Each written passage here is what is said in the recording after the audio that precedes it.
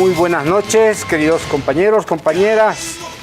Hoy es 11 de febrero del año 2024. Estamos en pleno carnaval, un carnaval que ocupa la atención de gran parte de los medios de comunicación, pero que no ha impedido, no ha evitado que el mundo siga girando sobre muchos vértices, particularmente vértices de conflictividad, de tensión, de confrontación en distintos lugares del mundo. Este es el programa Coordenada Sur y junto con Andrés desde Buenos Aires hemos decidido no cesar en nuestra labor periodística, analítica, para transmitir información sobre lo que sucede en el mundo. Esta semana tenemos muchísima información sobre la mesa y tiene que ver con las elecciones a escala global. Hay un artículo muy interesante de Thelma Luzani, una periodista argentina, que aborda el tema de las elecciones a escala global. Más de la mitad de la humanidad estará inmersa en procesos electorales este año 2024 y se espera que de algún modo se modifique la política global con el resultado de estas elecciones. Pero las elecciones más importantes para el hemisferio occidental se encuentran obviamente en Estados Unidos. Este es el año electoral y vamos a abordar en este programa una partecita muy pequeña acerca de lo que está ocurriendo entre los dos candidatos más potentes de Estados Unidos, el actual presidente Biden y el expresidente Donald Trump. Obviamente la región forma parte de nuestra atención. Ecuador en el centro de la tormenta, con complot contra el presidente Petro por parte de la derecha colombiana, y Brasil, que está viviendo momentos muy intensos en su política a propósito del relevamiento de la conspiración y el golpe de Estado promovido presuntamente por Jair Bolsonaro. Así que tenemos en mesa estos temas para que nos cubrirán toda la hora que tiene que ver con el programa. ¿Qué tal, Andrés? ¿Cómo estás? Muy buenas noches, bienvenido a nuestro programa semanal. ¿Qué tal, Andrés? ¿Cómo estás con tu carnaval bonaerense? Ah, bueno. Matecito en vez de vino, está bien. Un matecito, ¿cómo le va? Estoy en Sao Paulo, ¿eh? Ah, estás en Sao Paulo, escúchame. Estoy en Sao Paulo, sí, estamos acá haciendo la cobertura. Vine a ver el carnaval, Juan Ramón, y me encontré con un carnaval, pero un carnaval de pruebas acerca del intento golpista de Jair Bolsonaro para impedir primero que gane Lula y después para que asuma. La justicia está haciendo una persecución muy fuerte, con pruebas muy contundentes contra el expresidente Bolsonaro, que está acorralado judicialmente. Hoy llegó un militar, un coronel desde los Estados Unidos, y fue detenido. El presidente del partido de Bolsonaro, el PL, fue detenido la semana pasada, ahora ya lo liberaron. Y quien lidera todo esto es uno de los jueces del Tribunal Supremo Federal, se llama aquí, lo que sería la Corte Suprema de Justicia, Alexandre de Moraes. Así que bueno, vamos a estar repasando un poco esa cobertura, que también la vamos a vincular con Bolivia. Les recomiendo a todos que se queden para ver ese material, porque Bolsonaro, mientras organizaba eso, habló de Bolivia y habló de Yanine Áñez y habló de Evo Morales, así que lo vamos a estar viendo en el programa de hoy. También una entrevista muy resonada con Vladimir Putin, que los medios hegemónicos quieren callar, y como los medios hegemónicos lo quieren callar, por supuesto que Coordenada Sur y Arias Llaga lo pone al aire, y lo vamos a estar comentando. Pero vos mencionabas, Juan Ramón, el tema de Estados Unidos. Venimos tratando aquí la memoria y la salud de Joe Biden, ¿no? Está muy grande, está en una situación muy delicada. Lo hablábamos fuera del aire varias veces, que nos parece un delirio que tengan a Joe Biden como candidato a los demócratas. Y vamos a ver ahora una escena que sucedió hace pocas horas. Parece que Biden se llevó unos documentos clasificados. Esto no es tan claro, a su casa. Es raro que se los haya llevado él. El presidente no anda cargando documentos, por supuesto.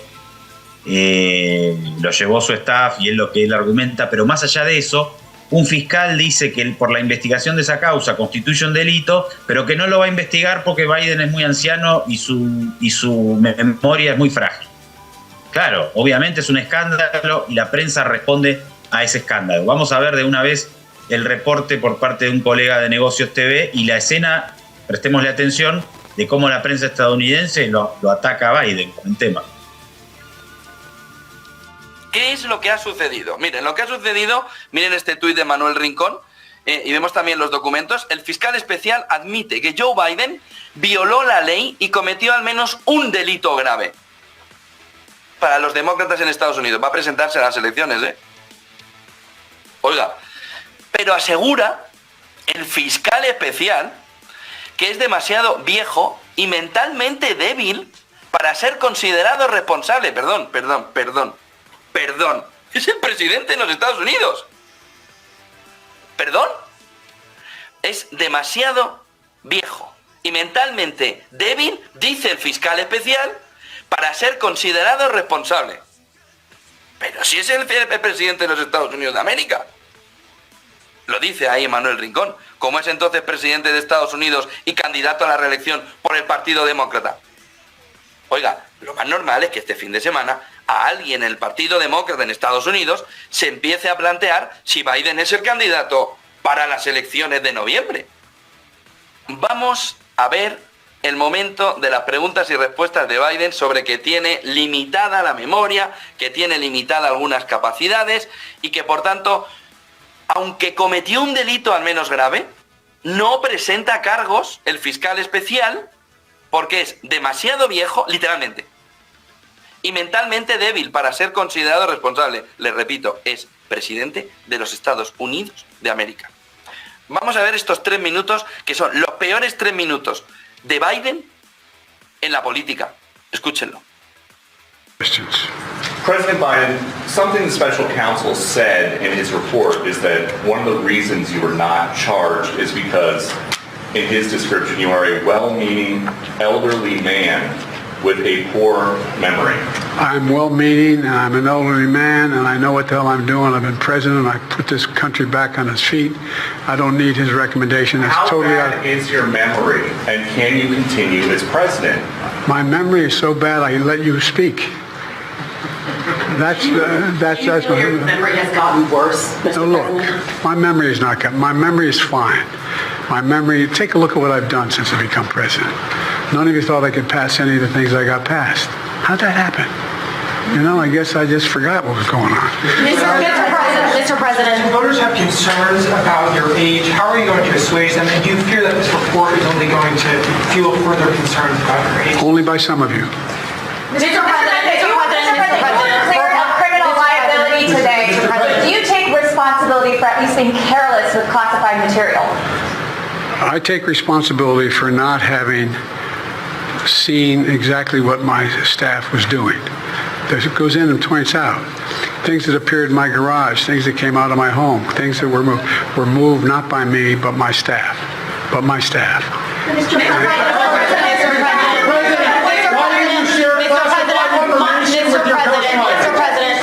Mr. President, for months when you were asked about your age, you would respond with the words, "Watch me." Many American people have been watching, and they have expressed concerns about your age. That is your judgment. That is your judgment. That is not the judgment of the press. They express concerns about your mental acuity. They say that you are too old. Mr. President, in December, you told me that you believe there are many other Democrats who could defeat Donald Trump. So why does it have to be you now? What is your answer to that question? I'm the most qualified person in this country to be President of the United States and finish the job I started. Do you believe that, guys? Why are you confusing the names of world leaders? I did not share classified information. I did not share it. With your ghostwriter? With my ghostwriter, I did not. Guarantee you did not. Well, no, he did not say that. He did not say that. Mr. President. Well, let me answer your question.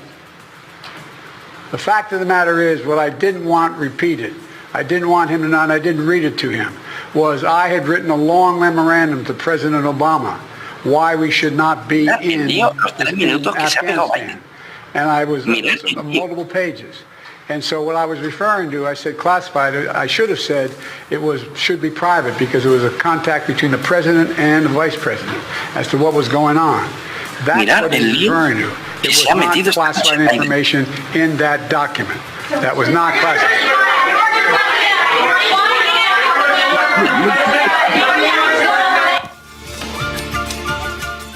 Bueno, Juan Ramón, una situación delicada, ¿no? Lamentable también, más allá de la cuestión geopolítica o ideológica o lo que querramos, hay una cuestión humana aquí, no sé cómo se va a resolver, pero el presidente Biden no parece estar en la conferencia responde bien, pero por ejemplo, 3 días antes confundió al presidente Macron, lo llamó Mitterrand, François Mitterrand, el expresidente que falleció hace casi 20 años. En 91, sí. Sí. Entonces no sé cómo se resuelve esto, pero me parece que Biden no está en condiciones de volver a ser candidato. Es una responsabilidad altísima, un desgaste físico impresionante y todo parece... Y además lo está diciendo el fiscal, ¿no? Por eso los periodistas se le suben y ahora tenés también el problema de la opinión pública, porque vemos un periodismo que es agresivo con el tema. No es que se evita, ¿no? Está sobre la mesa. Sí, a ver, yo creo que hay varias consideraciones sobre esto, Andrés. La primera es un problema de seguridad nacional. El presidente Biden, que tiene 81 años, si va a competir y va a ser presidente, va a terminar su gobierno cuando tenga 85 años. Y si hoy día tiene este problema crónico de ubicuidad, imagínate lo que va a ocurrir en los próximos años. No sé qué dirá la ley de Estados Unidos respecto a sus capacidades mentales para gobernar un país que es la mayor potencia nuclear del mundo, que tiene el gasto militar más grande del mundo y que está librando varias guerras en varios países y en varios continentes. La primera consideración. La segunda consideración, que no es ya de seguridad nacional, Andrés, yo creo que ya es de responsabilidad global. Es el presidente de la mayor potencia económica y militar del mundo hoy. Y por lo tanto, sería insensato que alguien que no termina de controlar sus facultades mentales, que no tiene control sobre sus facultades mentales, tenga que dirigir un país que está viviendo una crisis de declive hegemónico. Yo no sé si el statu quo lo va a permitir. Mi impresión es que lo van a vetar en los próximos meses. No creo que Biden pueda dirigir un país que hoy día tiene que enfrentar tantas dificultades, no solamente en la política exterior, sino en la política interna. Igual va una derrota segura. Juan Ramón. Iba a eso. En realidad, su edad ya prácticamente es una desventaja electoral. Ahora, para cerrar esto, el problema es...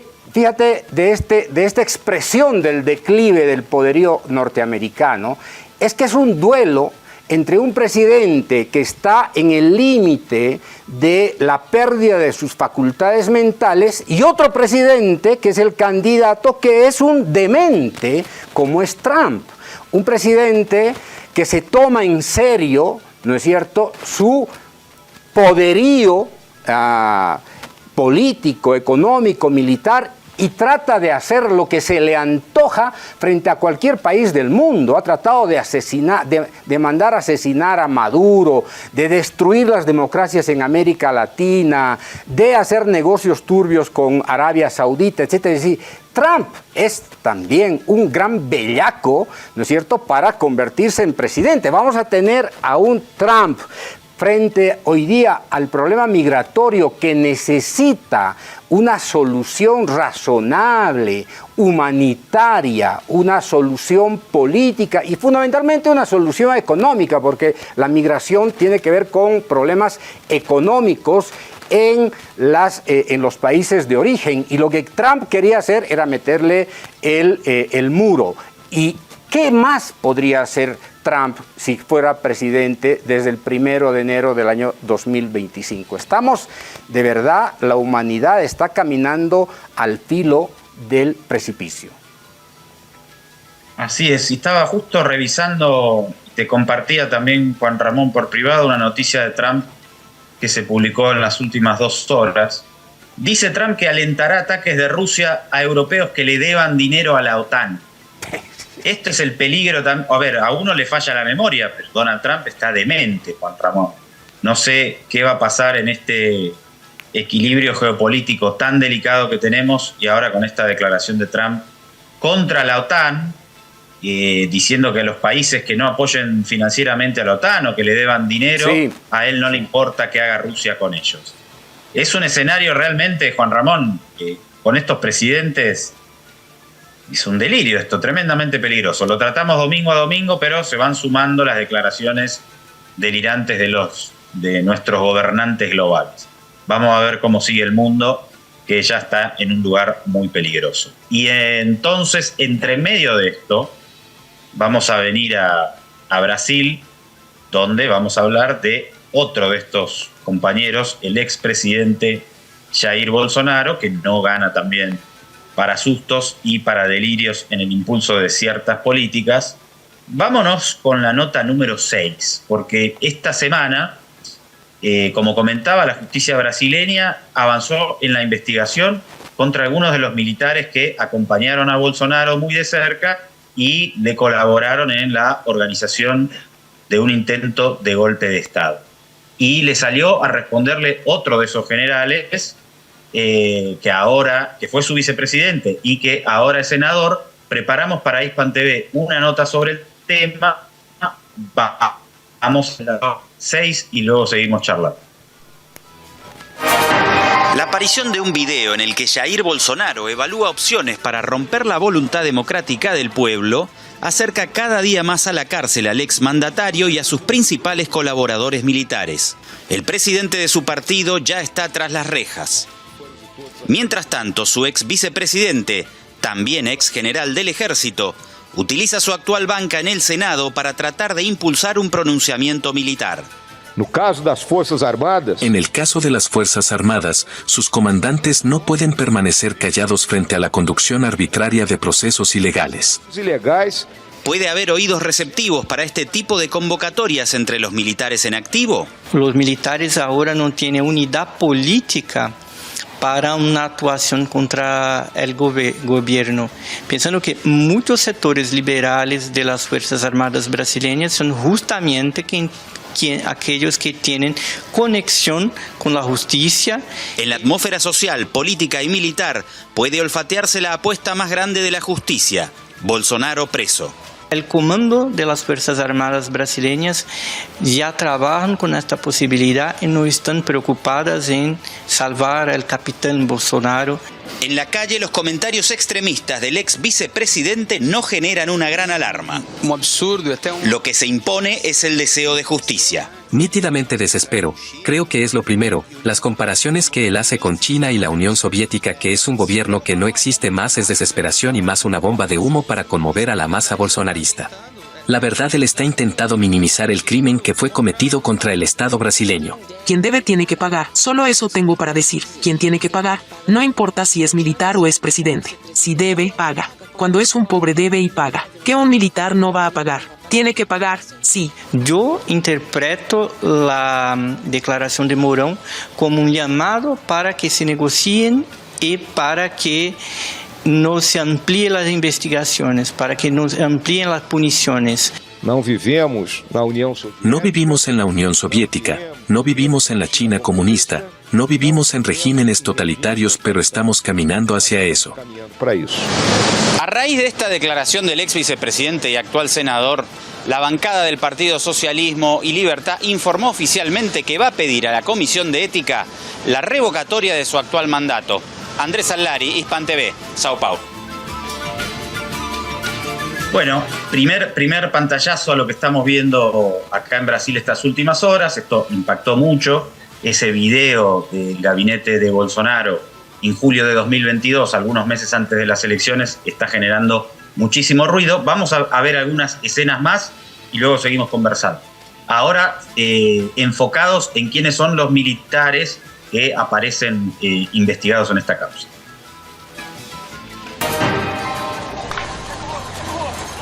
En las investigaciones judiciales que implican a Jair Bolsonaro en la organización de un golpe de Estado, aparecen implicados una lista de altos generales. Vamos a conocer quiénes son. Uno de los principales indicados por la Policía Federal es Augusto Heleno, responsable del área de inteligencia en el gabinete del exmandatario. Aquí puede observárselo antes de las elecciones, informando su plan para infiltrar espías tanto en la oposición como en el oficialismo. Bolsonaro lo llama a silencio y le solicita hablar del tema en privado. General, peço que o senhor não fale, por favor. Pode vazar, então a gente conversa particular na nossa sala. Desde el punto de vista ideológico están muy comprometidos con un ideario de extrema derecha. Otro de los generales señalados en la trama golpista para impedir el triunfo y la asunción de Lula es Walter Braga Neto, sentado aquí a la derecha de Bolsonaro. Braga Neto fue investigado por presuntos vínculos con la empresa de seguridad responsable de organizar el magnicidio del presidente de Haití, Jovenel Moïse.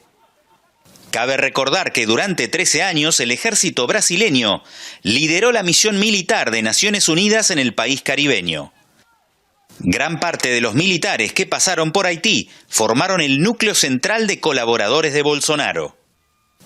Volvamos a la conspiración.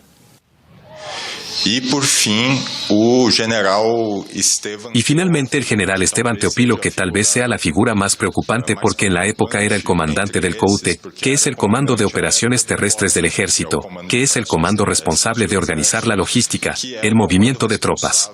La Marina no habría sido ajena al intento golpista. Su entonces comandante, Almir Garnier Santos, figura entre los acusados. Según las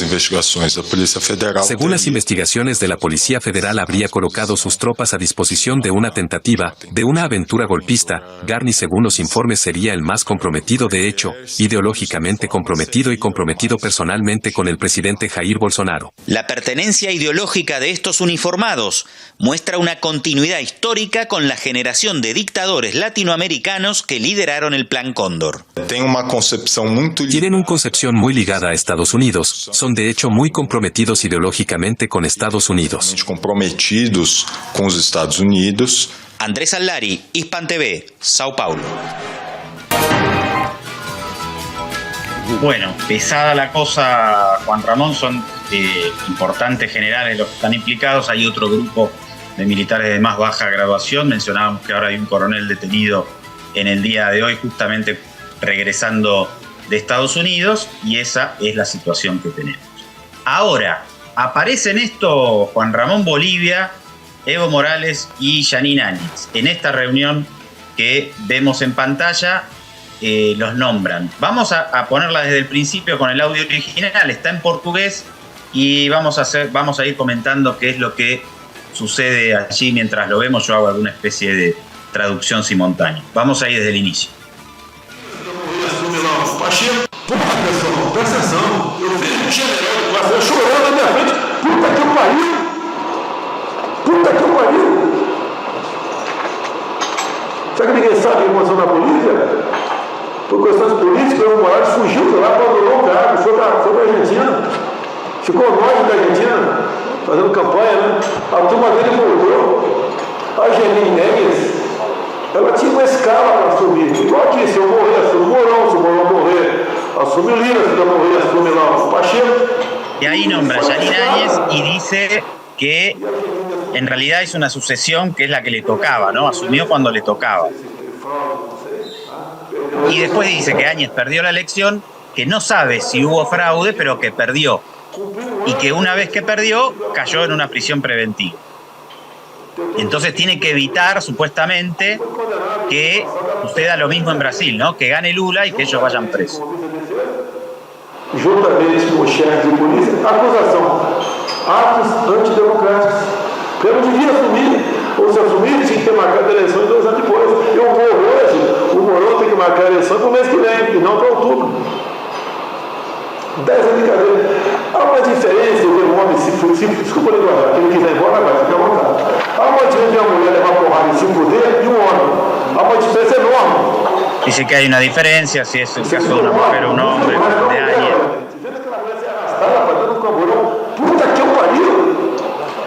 Y vuelve a insultar, ¿no? Puta que lo parió, perdón la expresión. El grupo de Evo Morales y del Foro de Sao Paulo que volvió.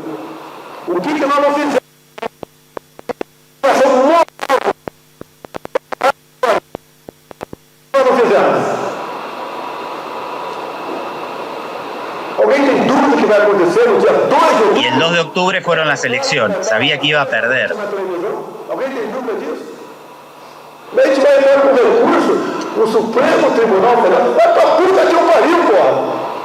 Está arengando a su tropa para que pongan un manto de duda sobre las elecciones, ¿no? Ahí dice, no queremos dar un golpe, pero trataban de instalar la idea de que iba a haber un fraude. Y estaba impulsando a su gabinete para que apoyen esa moción de poner en duda. Acá aparece la noticia en CNN. O ministro da Justiça, Anderson Torres, mencionou o ocorrido com Jeanine Áñez, ex-presidente da Bolívia, que foi condenada a 10 anos de prisão por articular um golpe de Estado que a levou ao poder em 2019. Torres y dice que el ministro de Justicia puso sobre la mesa en esta reunión el caso de Jeanine Áñez, condenada a 10 años de prisión por dar un golpe de Estado. Y ahí está el ministro de Justicia de entonces de Bolsonaro.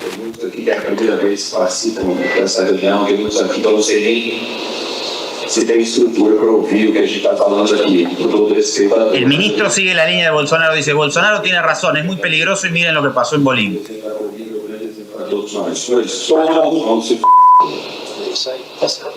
Quero deixar bem claro nisso, porque se eu não estou dizendo que eu quero ficar dando belíssimo que pode fazer, previamente, que tomando uns copos.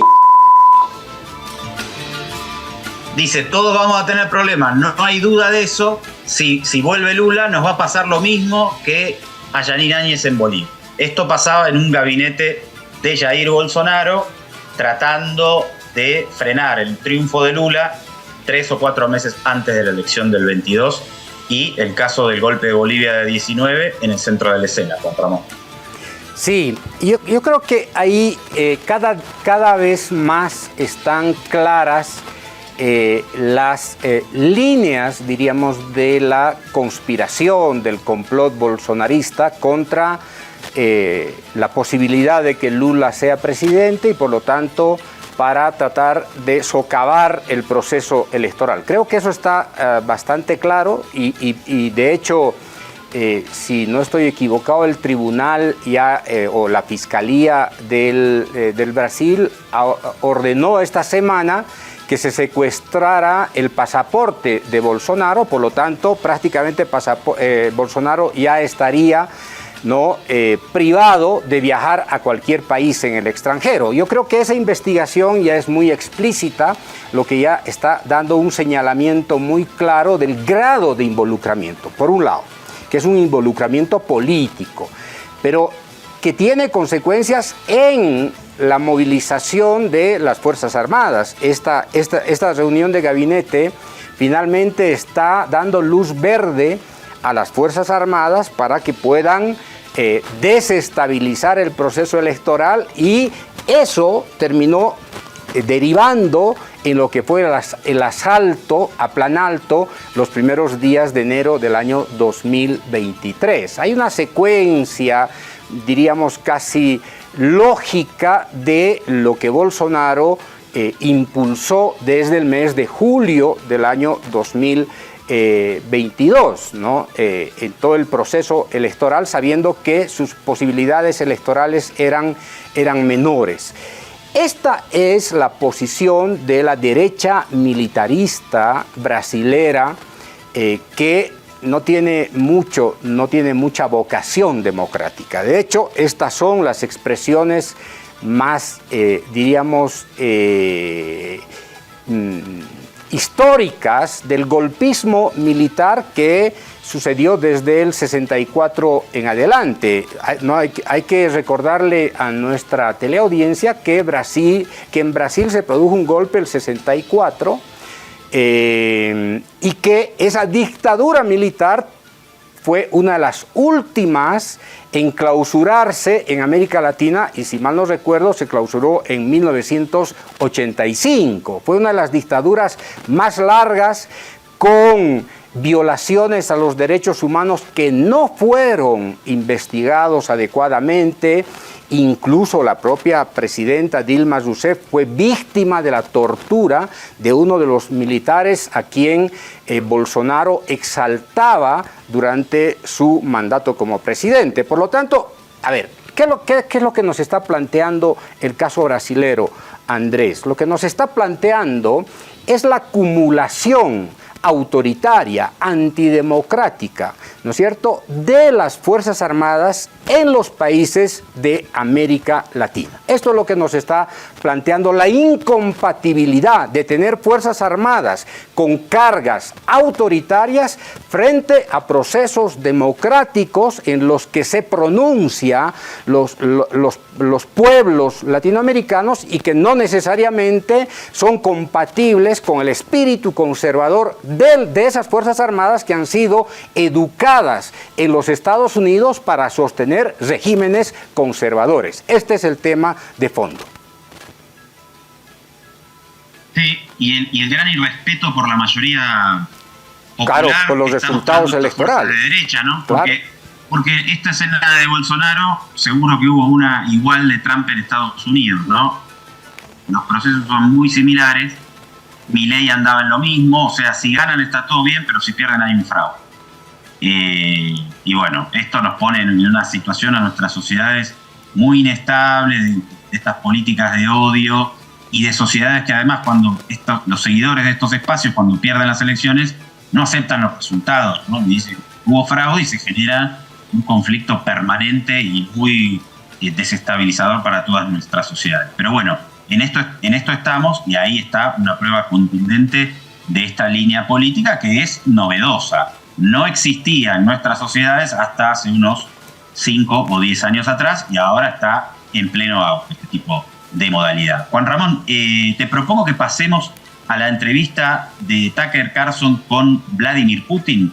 ¿Te parece? Vamos a ver un rato de eso. Yo hice un corte largo, no nos va a dar el tiempo, pero lo vamos a cortar un poquito, vamos a avanzarlo 7 minutos a esa entrevista. Vemos un rato qué dice Vladimir Putin y nos queda un par de minutos para conversar, ¿te parece? Me parece bien. Vamos a la entrevista. Dale, vamos ahí entonces. Vamos. Putin en Moscú. Y con mi homólogo, con el presidente de los Estados Unidos, le comenté, no puede ser. Yo estaba preparado, me preguntó, ¿tienes pruebas? Y le dije, sí. Bueno, me dijo, bueno, yo voy a citarme, me disculpo. Bueno, pues les voy a dar en el culete. Nosotros esperamos la respuesta, pero no hubo ninguna respuesta. Le digo al director de la FSB, comunícate con los de la CIA. Y tenemos la respuesta en el archivo. La respuesta es la siguiente. Hemos trabajado con la posición de Rusia, consideramos que es lo oportuno y seguiremos apoyando la posición en Rusia. Consideramos que es lo correcto. Bueno, entendimos que no hay conversación allí. ¿Se refiere a la oposición a usted? Por supuesto. En este caso se hablaba de los separatistas y terroristas que libraban una guerra contra nosotros en el Cáucaso. Por supuesto que estaban en oposición, así lo llamaban ellos. Es el segundo aspecto. Tercer aspecto muy importante es la creación de la defensa aérea de los Estados Unidos en los comienzos. Les insistimos en que los Estados Unidos no lo hicieran. Es más, cuando me invitaron, el padre de Bush Jr., pues en el océano el presidente Bush tuvimos una conversación y les propuse que los Estados Unidos, Rusia y Europa pudieran crear un sistema de antimisiles conjunto, porque el sistema americano pues atenta contra nuestra seguridad. Aunque ellos decían que se está definiendo pues como en defensa de las amenazas por parte de Irán. Y así se justifica. Yo les propuse que trabajáramos conjuntamente Rusia, Estados Unidos y Europa. Me preguntaron si hablaba en serio. Pero en serio, sí. ¿Puedo preguntar qué año fue? Bueno, no me acuerdo, pero es muy fácil buscar en internet cuando estuve en los Estados Unidos por invitación del padre de Bush. Me dijeron, es muy interesante. Y yo dije, imagínense si juntos vamos a estar resolviendo pues un problema de seguridad a nivel global. El mundo va a cambiar. Seguramente tendremos nuestras diferencias, debates, políticas y de otra índole, pero estamos cambiando el sistema en el mundo de manera global. Y me preguntaron, ¿pero hablas en serio? Yo dije, por supuesto que sí. Tenemos que pensarlo. Les dije, ¿está bien? Después en esta misma habitación donde estamos vino el ministro de Defensa Gates, el ex director de la CIA y el secretario de la Secretaría de Estado Rice estuvieron aquí en esta habitación. Nos sentamos a la mesa, el ministro de Defensa en aquel lado, y me dijeron, lo hemos pensado y vamos a hacerlo. Les dije, vaya, pero con excepciones. Entonces, usted en 2 ocasiones ha descrito cómo los presidentes de los Estados Unidos adoptaban unas decisiones y después sus equipos, pues, sabotajeaban estas decisiones. Sí, exacto. Finalmente, pues nos mandaron al paseo. Bueno, son conversaciones confidenciales y no sería correcto citarlo todo, pero nuestra propuesta fue denegada. Es un hecho. En aquel entonces yo dije, bueno, nos veremos forzados a desarrollar unas medidas de respuesta, pero vamos a crear unos sistemas que van a superar vuestros sistemas de defensa. Y la respuesta fue, nosotros no lo hacemos contra ustedes y ustedes hagan lo que quieran. Bueno, partimos de que no es contra nosotros. Está bien. Hemos creado unos sistemas intercontinentales que superan la velocidad del sonido y lo seguimos desarrollando. Nosotros hemos superado los sistemas de ataques supersónicos a todos los Estados Unidos y otros países. Los estamos perfeccionando día a día. Pero no lo hemos hecho nosotros. Nosotros hemos propuesto seguir otra ruta y nos dejaron de lado. Ahora, con respecto a la expansión de la OTAN hacia el oriente, nos prometieron ni una pulgada hacia oriente, hacia el este. Pero bueno, no se dejó constatado en papel, pues vamos a expandirlo. 5 horas de expansión. A ver qué percibís vos. Vamos a seguir escuchando un poco. Pero es claro que Putin no tiene intención de pelearse con Occidente, ¿no? Él, cuando se conecta con estos canales de Estados Unidos o cuando fue Oliver Stone, hace un repaso de todas las veces que quiso hacerse amigo de Estados Unidos o pertenecer al mismo bloque o no enfrentarse político y militarmente, y desde Estados Unidos le llega la negativa, ¿no? Finalmente, llegando a este límite en el que el alcance de la OTAN hasta Ucrania y el aviso de no lleguen a Ucrania lo lleva a la opción militar. A ver, Andrés, algunas consideraciones. La primera, creo que esta es una entrevista, diríamos, importantísima en medios de comunicación alternativos. Lo que tenemos todos los días es un bombardeo masivo de medios de comunicación hegemónicos que instalan la matriz dominante no solamente sobre el conflicto Ucrania-Rusia, sino fundamentalmente contra la política rusa. Creo que este es un tema importantísimo, por lo tanto, estamos ejercitando el derecho democrático a escuchar la voz de Putin, del presidente Putin, que es una voz que antes que siga. Dime. Sí, antes que sigas, un tema de eso. Se armó un quilombo bárbaro. Por eso, sí. En la Unión Europea, quiero leer un tuit de Aníbal Garzón, colega sociólogo catalán. Dice, se habla más de si la Unión Europea va a sancionar al periodista norteamericano por entrevistar a Putin, que si la Unión Europea va a sancionar a Israel por asesinar a miles de palestinos. En Europa parece importar más un video que un genocidio. Así es. Perdón la interrupción. Exactamente. Ese es el espíritu, Andrés. Lo que intenta hoy día Occidente es silenciar, ¿no es cierto?, el derecho legítimo que tiene la política exterior rusa o china para decirle al mundo lo que piensa, lo que siente y cómo desearía que la humanidad se enfrente al futuro, pero no dejan eso, porque esta instalación obsesiva de criminalizar a Rusia, de criminalizar a China, ¿no es cierto?, impide que la opinión pública global tenga una idea de lo que es la ruta y franja de la seda, impiden que el presidente Putin puede explicar en un proyecto geopolítico más democrático y por lo tanto que tiende a un contexto internacional más pacífico. Eso no lo permite Occidente porque parte de su campaña mediática es precisamente la criminalización para atribuirles la responsabilidad de todos los males de la humanidad. Eso lo estamos viendo en América Latina cuando se acusa a RT, cuando se acusa a Span TV, cuando se acusa a Telesur, ¿no es cierto?, de estar llevando una información equivocada, falsificada, ¿no es cierto?, al público. Bueno, se ha armado un gran despelote efectivamente en Occidente contra este periodista norteamericano que fue expulsado de un gran medio hegemónico, Fox News, ¿no es cierto?, y que ahora está haciendo su trabajo de manera más autónoma.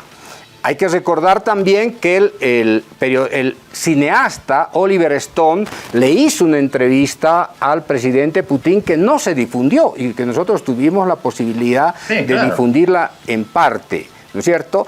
Pero, y lo último, Andrés, esta entrevista se hace en un contexto interesantísimo, en un contexto en el que Ucrania está perdiendo la guerra y todo el mundo dice que ya perdió la guerra, en un contexto en el que Estados Unidos está dejando de financiar a Ucrania, en un contexto en el que Europa está en crisis económica con una desaceleración económica y un proceso de desindustrialización de Alemania, ¿no es cierto?, en un contexto en el que prácticamente Occidente está nuevamente siendo derrotado, ¿no es cierto?, esta vez por el poderío militar que ha sacrificado a Ucrania. Y en un contexto en el que el secretario de la OTAN, Stoltenberg, le dice a la Unión Europea que se preparen para un posible ataque de Rusia que podría durar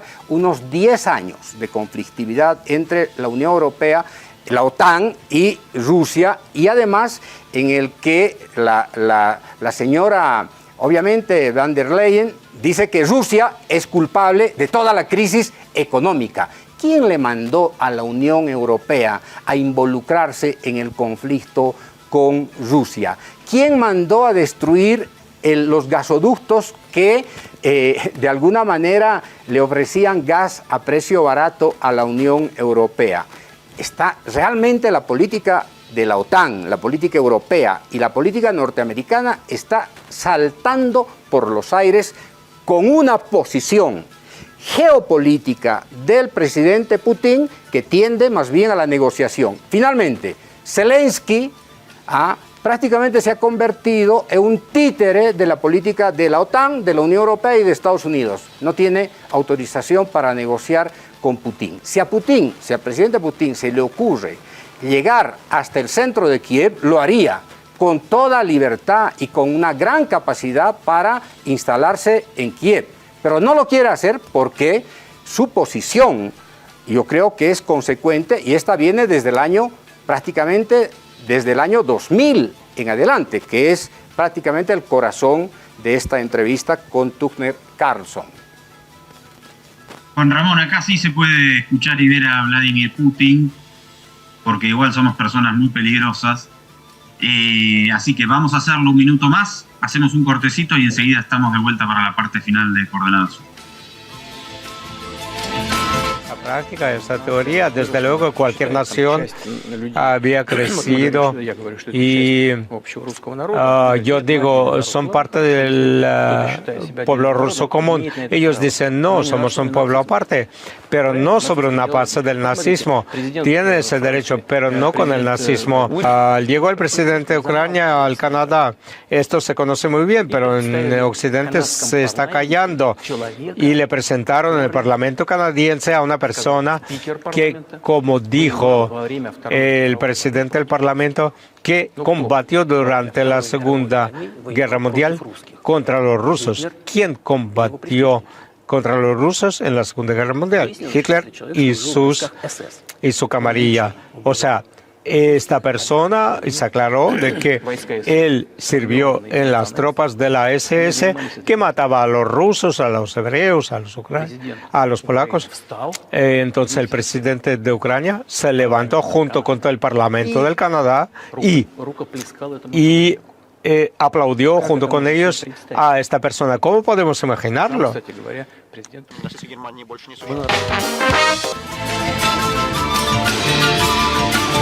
Acá estamos, nos quedan unos minutitos, Juan Ramón. Vamos a hacer una parada en el sur del globo, en Ecuador, ¿te parece? Me parece bien. Fíjate lo que pasó, no sé si dar el contexto antes o después. Funcionario Kevin Sullivan, responsable para la política del hemisferio occidental, o sea, de América Latina, viaja a Ecuador, conocemos a grandes rasgos la situación que hay, y hace esta entrevista, un pequeño fragmento en un canal de Quito. Vamos a verlo.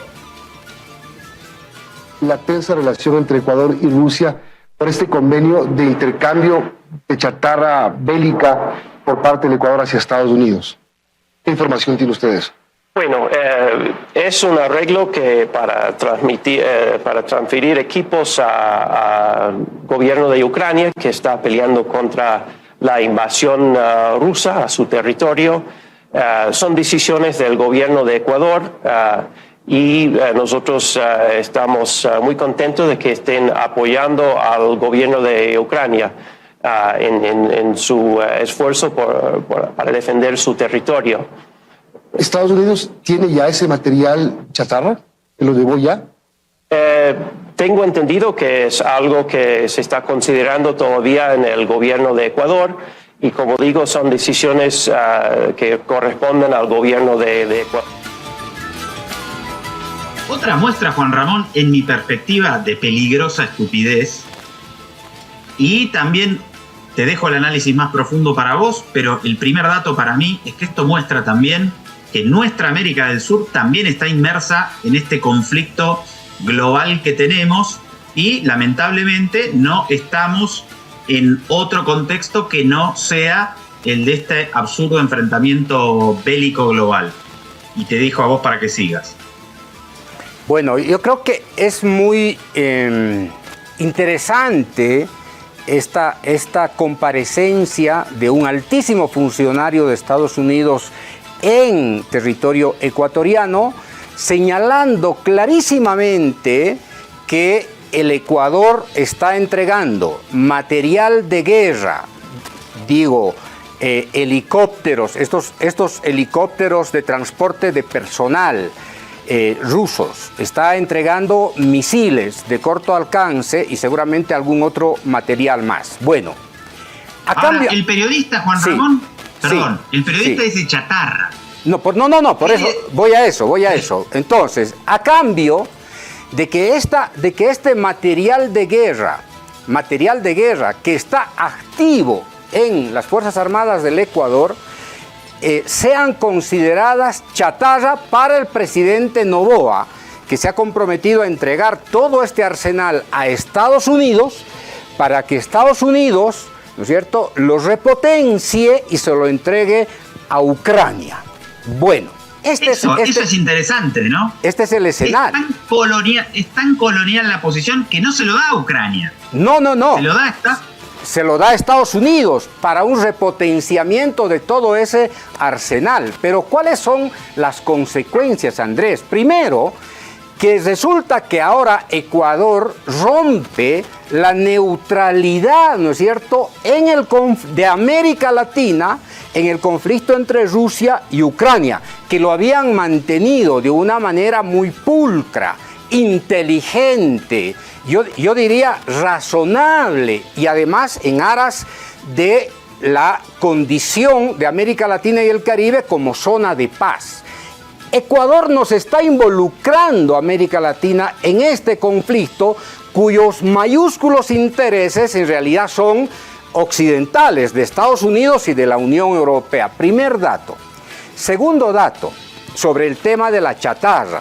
Resulta que este material considerado chatarra no había sido tan chatarra, porque sería un absurdo mandar chatarra a un conflicto militar de proporciones.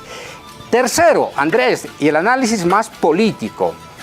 Lo que estamos viendo es acá una conversión de lo que ha significado durante las últimas décadas la política de Estados Unidos de asistencia y cooperación en seguridad a los países de América Latina.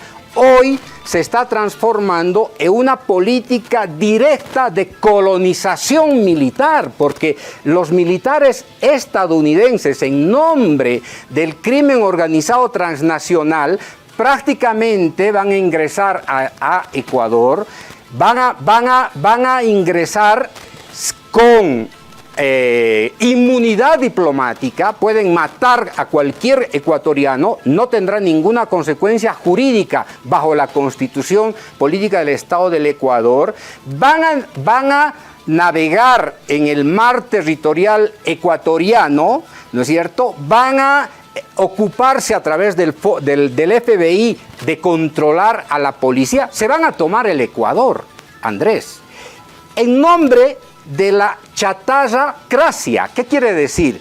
En nombre, ¿no es cierto?, de este intercambio de la pseudo chatarra militar a cambio de unos cuantos centavos de los Estados Unidos, con esta intervención brutal. Prácticamente el presidente Noboa se va a convertir, como Zelensky hoy día se ha convertido para la OTAN. Noboa no va a ser presidente, se va a convertir prácticamente en un subgobernador del Comando Sur de los Estados Unidos, en una chatarra política, y está entregando, el pobre pueblo ecuatoriano lo está entregando en bandeja de plata para que tenga los mismos resultados que Colombia cuando firmó el Plan Colombia el año 2000 con $10.000 millones y no obtuvo ningún resultado positivo en la lucha contra el narcotráfico. ¿En qué va a terminar, Juan Ramón, Ecuador? Te mando un abrazo y espero que, o me parece, que a la derecha política de nuestro continente le vamos a mandar un diccionario a los partidos y a los líderes con un señalador en la letra S para que lean el significado de soberanía. Porque esto es igual en todos nuestros países, ¿eh? Cada vez que asumen estos gobernantes de derecha, entregan y son absolutamente coloniales su actitud ante los designios de Washington. Te mando un abrazo y el próximo domingo espero reencontrarte acá. No, claro que sí. No, a propósito de esto que acabas de decir, Andrés, se me ocurre hacer un paralelismo histórico. Creo que estamos ante un escenario de chatarracracia, ¿no es cierto? La conversión de países en chatarra, es decir, correcto, en sujetos coloniales de los Estados Unidos. Algo que ya lo había anticipado el comandante Ernesto Che Guevara en la cumbre, recuerdas Andrés, de Montevideo en 1963, a propósito de la supuesta Alianza para el Progreso. Y el Che Guevara lo que decía era que Estados Unidos lo que quería a través de la Alianza para el Progreso era convertir a cada uno de nuestros países prácticamente en estados letinocráticos. ¿Qué significaba esto? Esta visión, mira, Andrés, casi a 60 años de esta visión premonitoria de Ernesto Che Guevara, ¿no es cierto?, acerca de la Alianza para el Progreso. Estados Unidos nos daba plata a los países más pobres de América Latina para construir letrinas en el campo bajo diríamos, la concepción de desarrollo. La concepción de desarrollo para los países de América Latina era construir letrinas en el campo para los campesinos, es decir, para que sigan siendo miserables a cambio de tener una letrina. Hoy día, en América Latina, lo que ha decidido Estados Unidos es que sigamos siendo miserables a cambio de bajarnos prácticamente, ¿no es cierto?, los pantalones, a cambio de perder la dignidad nacional, a cambio de entregar la soberanía nacional al Comando Sur para que el Comando Sur haga lo que le interesa a Estados Unidos, a cambio de recibir unas migajas para contener una crisis simplemente coyuntural. Estamos peor que hace 60 años a propósito de la extensión del brazo imperial de los Estados Unidos en el campo político. Lamentablemente, presidentes de derecha ignorantes, ¿no es cierto?, vacíos de patriotismo, de civismo, de amor a su patria, que desprecian la democracia y fundamentalmente el voto popular y que obviamente le dan la espalda a la dignidad de sus pueblos. Estamos en manos de esos. Bukele en El Salvador, ahí está Noboa en Ecuador, ahí está Balearte en el Perú, ahí está el propio presidente del Paraguay y por supuesto Milei no está lejos de esta candidez, de esta ignorancia, de esta prepotencia ultraconservadora de derecha que terminan sacrificando a sus pueblos. Así que, Andrés, nos despedimos con esta línea editorial. Volveremos y seremos millones. Volveremos y seremos millones la próxima semana. Un gran abrazo para ti, Andrés, y lo mejor en tu carnaval carioca. Abrazo.